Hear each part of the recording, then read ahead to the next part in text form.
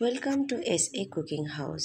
আজ আপনাদের সাথে ট্যাংরা মাছ দিয়ে পুঁইশাক আলুর চচ্চড়ি কীভাবে রান্না করলাম সেই রেসিপি শেয়ার করব।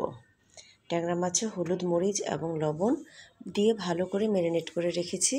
গাছের পুঁইশাক এবং 4টি আলু একটু কুচি করে কেটে নিয়েছি এবং ধুয়ে পানি ঝরিয়ে রেখেছি। কড়াইতে দিয়ে দিলাম সয়াবিন তেল, এতে দিয়ে দেবো এবার পেঁয়াজ কুচি। চাইলে এই রান্নাটি সরিষার তেল দিয়েও করা যাবে। পেঁয়াজটা একটু ভেজে নেব লাল হওয়া পর্যন্ত। এই সময় ফ্লেম কিন্তু মিডিয়াম থাকবে। পেঁয়াজটা একটু লাল হয়ে যাওয়ার পরে দিয়ে দিলাম 1 টেবিল চামচ আদা রসুনের পেস্ট, সাথে আরও আধা চামচ অর্থাৎ 1.5 টেবিল চামচ আদা রসুনের পেস্ট দেওয়ার পর সামান্য পানিও দিয়ে দিলাম। বলক আসার পর দিয়ে দিলাম লবণ, জিরা ধনিয়ার গুঁড়ো, হলুদের গুঁড়ো, মরিচের গুঁড়ো, অর্থাৎ রেগুলার যে মশলা আপনি রান্নায় খান সেটাই ব্যবহার করতে পারেন। আমি যা খাই সেটাই আমি ব্যবহার করেছি। এরপর একটু কষিয়ে নিয়ে পানি শুকিয়ে গেলে দিয়ে দিলাম আলু কুচি। আলুগুলি যেহেতু মশলার পানি শুকিয়ে গিয়েছিল তাই আলুগুলিতে একটু পানি দিয়ে দিলাম এবং নেড়েচেড়ে ঢেকে দিলাম আলুটা যেন অলমোস্ট সিদ্ধ হয়ে যায়। এই রান্নাটা শেষ করতে খুব বেশি সময় লাগবে না যদি আলুটা ভালো করে সেদ্ধ হয়ে যায়। এরপর আলুটা নেড়েচেড়ে দিয়ে আমি এবার দিয়ে দিলাম মাছগুলি। ট্যাংরা মাছ খুবই নরম একটি মাছ, এটা ভাজতে যাওয়ার দুঃসাহস আমি দেখাইনি কারণ প্রচণ্ড তেল ছিটে।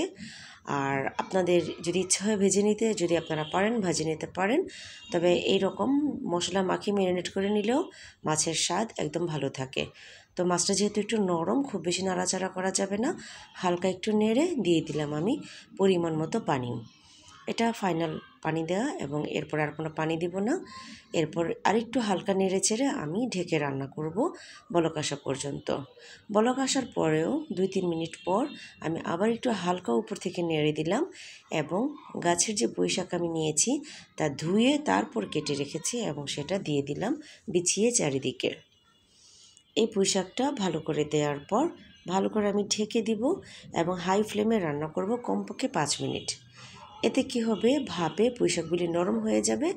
এরপর আবারও আলতোভাবে নেড়ে দিব যেন মাছগুলি উপরে উঠে আসে এবং পুঁইশাকগুলি নিচে নেমে যায়। তো মোটামুটি এই হলো নাড়াচাড়া দেয়া, খুব বেশি নাড়া না দেয় ভালো, মাছ তাহলে ভেঙে যাবে।